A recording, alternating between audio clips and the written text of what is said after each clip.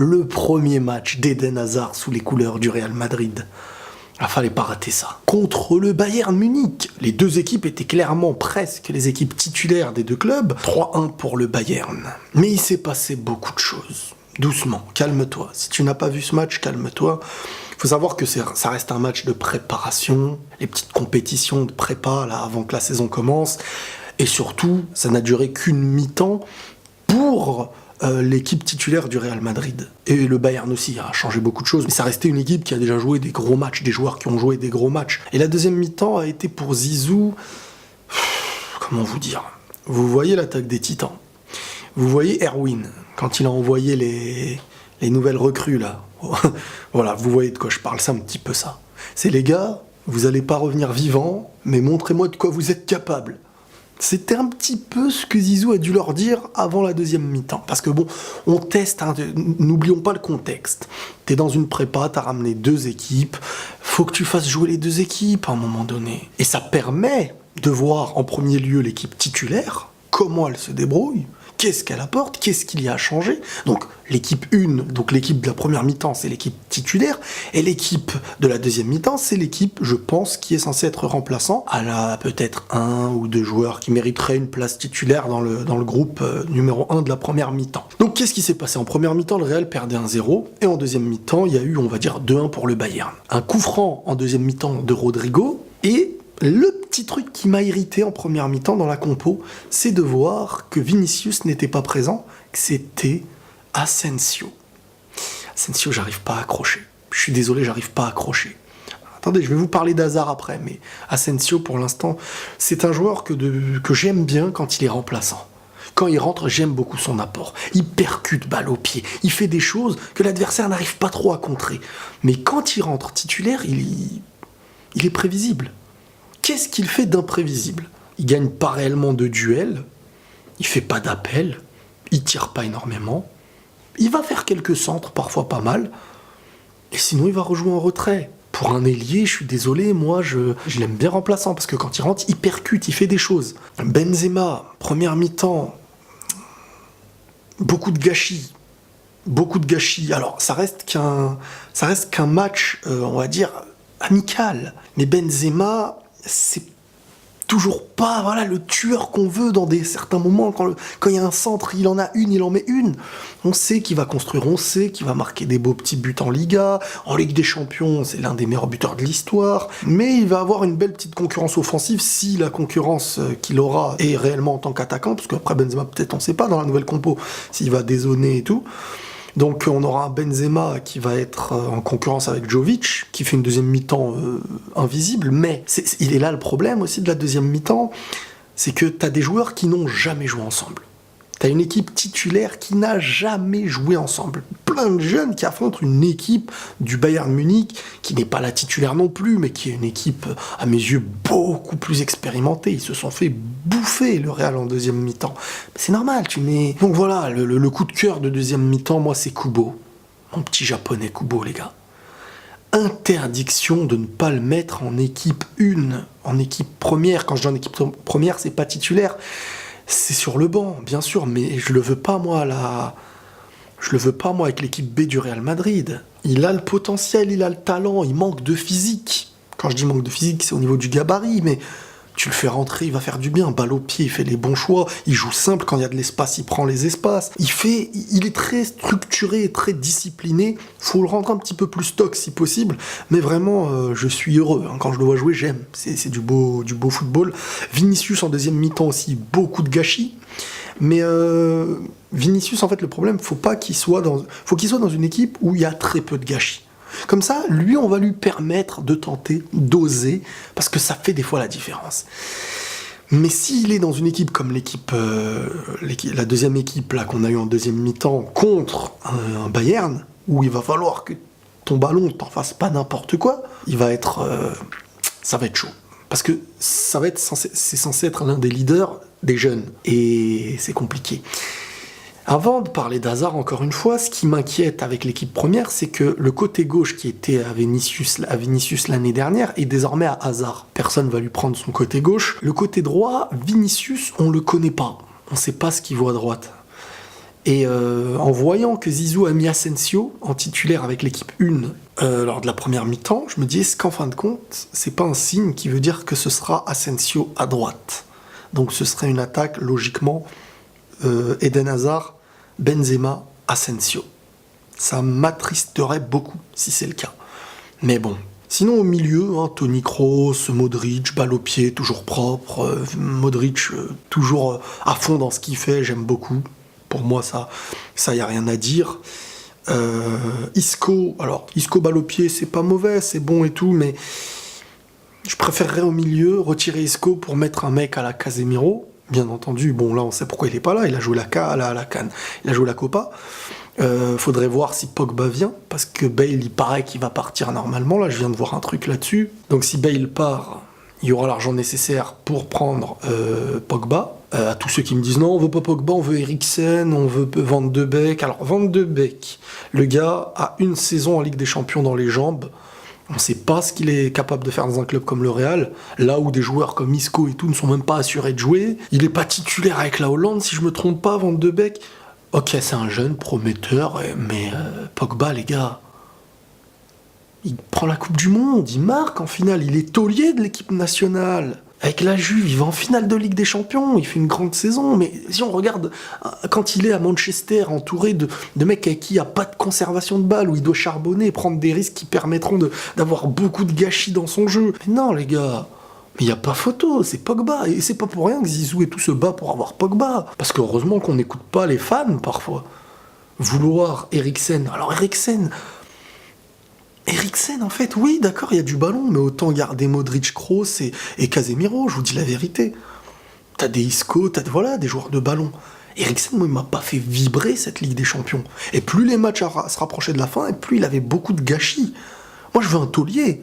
Je veux un mec sur le terrain qui apporte, pas que quand il a le ballon, qui sait défendre, qui sait aller devant, qui a un gabarit. Sinon, ça sert à rien de recruter un mec au milieu. Parce qu'il y en a au Real des joueurs de ballon. Il y en a plein. Les Ceballos et tout, ils sont là. Vous verrez quand Ceballos il va jouer dans d'autres clubs, comment il va avoir un potentiel. S'il n'avait jamais joué au Real, on se dirait tous, faut trop le faire signer. Ouais, mais là, non, il faut un taulier. Rien d'autre. Bref, je vais pas vous saouler. Eden Hazard. Premier match Eden Hazard, j'ai été très très attentif. Parce que bon, voilà. Pour vous dire la vérité, au début, et là ce n'est que mon ressenti, les premières minutes, les 10, 15, 20, non, on va dire les 10, 15 premières minutes, j'avais comme l'impression qu'il savait pas trop où se situer dans le jeu. Donc je me dis, oula, il est un petit peu perdu, est-ce que le fait qu'il voit une équipe qui est à l'inverse de ce qu'il a connu, toujours en ayant la possession, donc se permettre moins de gâchis, faut pas oublier un truc, c'est que quand t'es dans une équipe qui a clairement la possession, bon après, il a la Belgique aussi, mais quand tu es dans une équipe qui a clairement la possession, c'est beaucoup plus risqué d'être un joueur qui percute et qui tente des choses. À l'inverse de quand tu es dans une équipe qui a beaucoup de gâchis dans son jeu, qui balance et tout, parce que le risque que tu vas prendre, il n'aura pas le même impact. Tu peux te permettre de prendre des risques. C'est pour ça qu'il y a des joueurs qui ont l'air d'être des génies ailleurs. Et là, je critique pas Hazard, parce qu'il y a beaucoup de positifs que je vais vous dire juste après.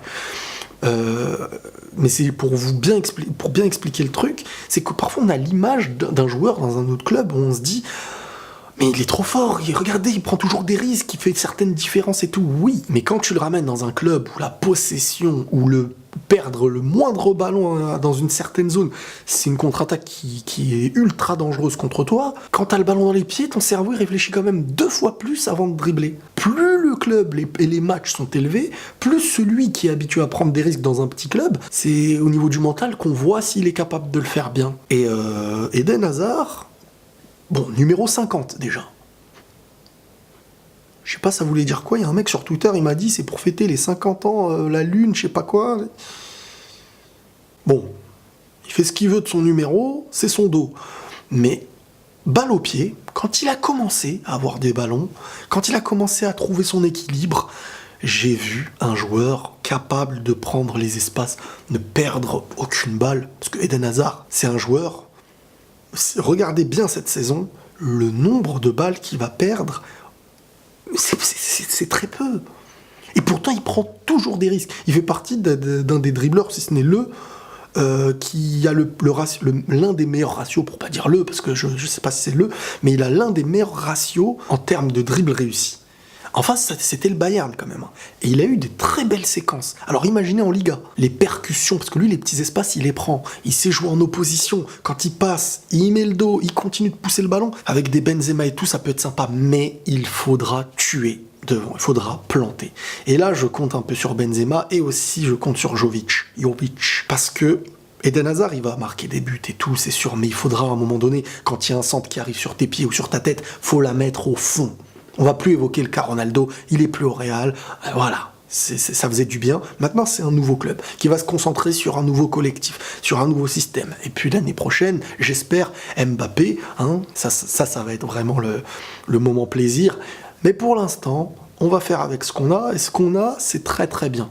Donc les coups de gueule risquent d'être 2 fois plus graves s'il y a des erreurs, parce que t'es quand même dans une équipe très sérieuse. Faut voir comment elle va se construire, mais devant, il va falloir être supérieur. Techniquement, devant, ils vont être supérieurs, mais qu'est-ce que ça va donner devant le goal? Faut être des tueurs, et ça, c'est ça, je vais être très très attentif là-dessus. Benzema, je compte sur toi, mais aussi sur les autres. À droite, je sais pas si ça va être Asensio ou Vinicius. Ça m'inquiète beaucoup.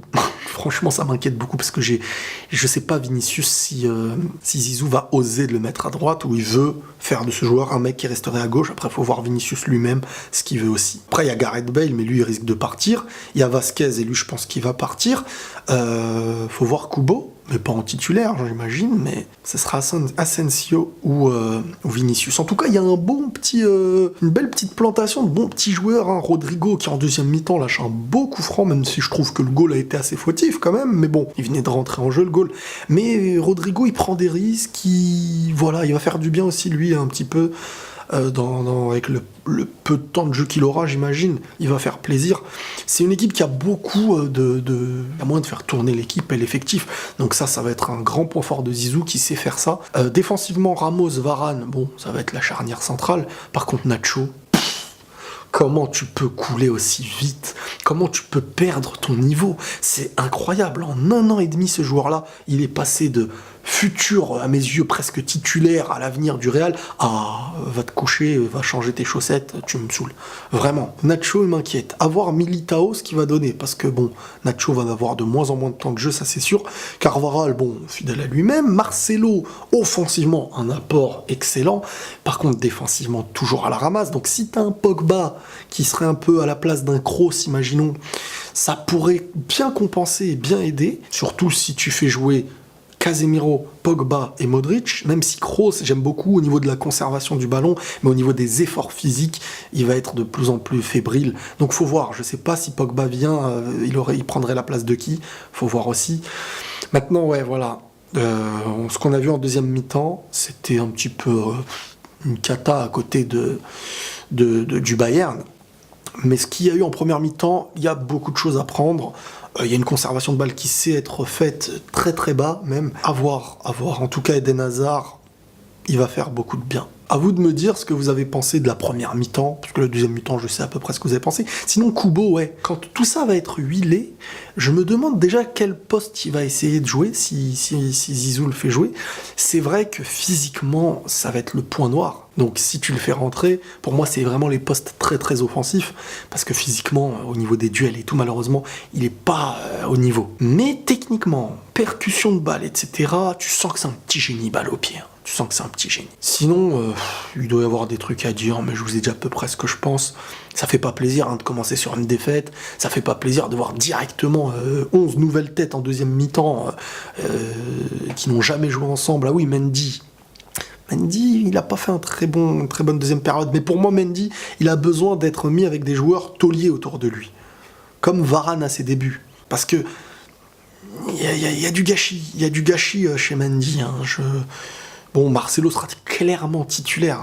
Mendy sera là pour essayer de booster Marcelo, mais aussi de lui retirer du temps de jeu un petit peu. Ça, c'est sûr. Défensivement, il va être pas mauvais, mais ça va être dur pour lui de prendre une place titulaire, du moins pour l'instant. L'avenir nous le dira, et l'objectif d'acheter un Mendy, c'est pour l'avenir aussi. Voilà, à voir, tout simplement. Prenez tous soin de vous, les amis, et la paix sur vous.